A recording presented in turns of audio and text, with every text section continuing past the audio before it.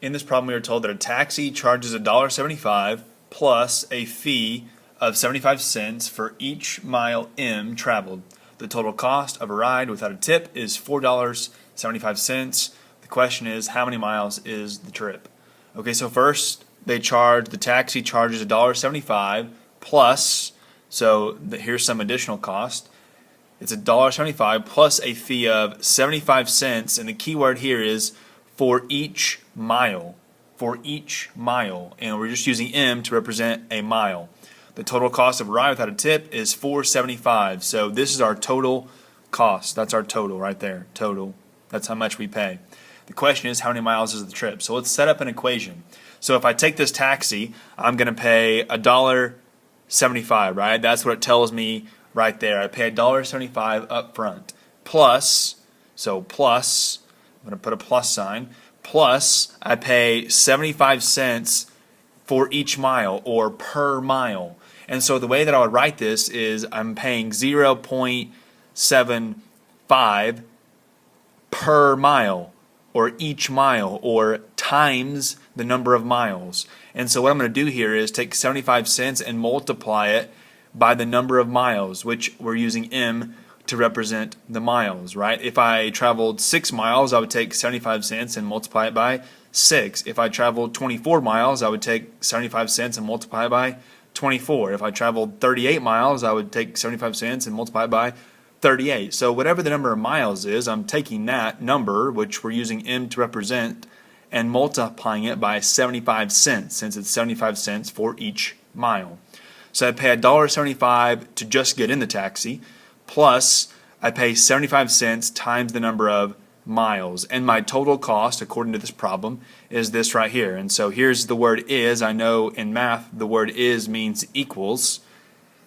So all of this cost adds up to $4.75. Okay, so there's my equation I can write to represent this situation. Now if I just solve this equation for M would tell me how many miles the trip was. Okay, so here's my variable M. It's on the left side of the equation. I need to get this 1.75 over to the right side. So how am I going to get 1.75 to cancel on the left side and be on the right side?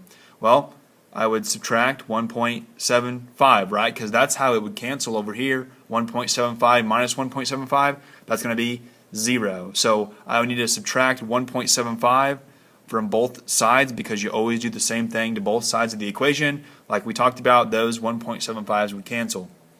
So the only term you're left with on the left side of the equal sign is this one right here, positive 0.75 M. Bring your equal sign straight down. 475 minus 175, that would be $3, right, or 3.00.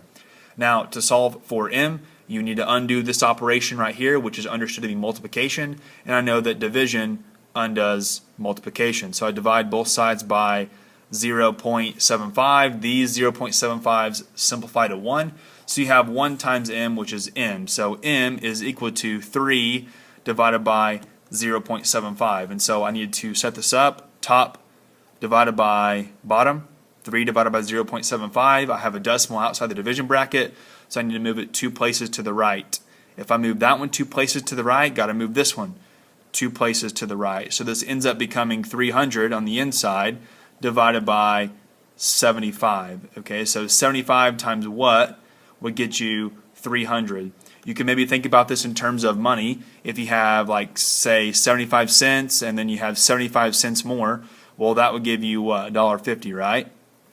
Well, what if you did that again? If you had 75 and 75 more, that would also give you $1.50. And what's $1.50 and $1.50? $3. Okay, so you have how many 75s? 1, 2, 3, 4 75s. So let's check and see if that works. Does 75 times 4 equal 300?